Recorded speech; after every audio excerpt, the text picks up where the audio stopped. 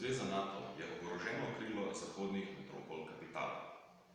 Zato nas o njej redko dosežejo pozitivne novice.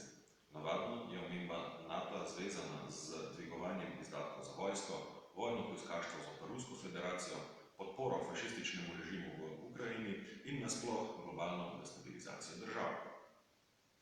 Ni presenetljivo, da članstvo v NATO, hlapčevanje in brezhrbtenično uginjanje tujim protiljudskim interesom zagovarja celoten slovenski politični razred.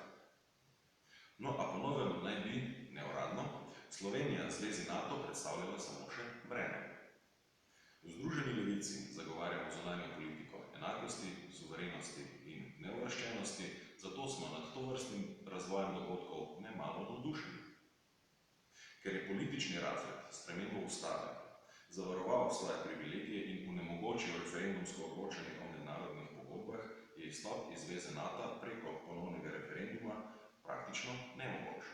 A morda, če imamo srečo, nam bo NATO vsem skupaj napravil veliko uslugo in nas iz neuglednih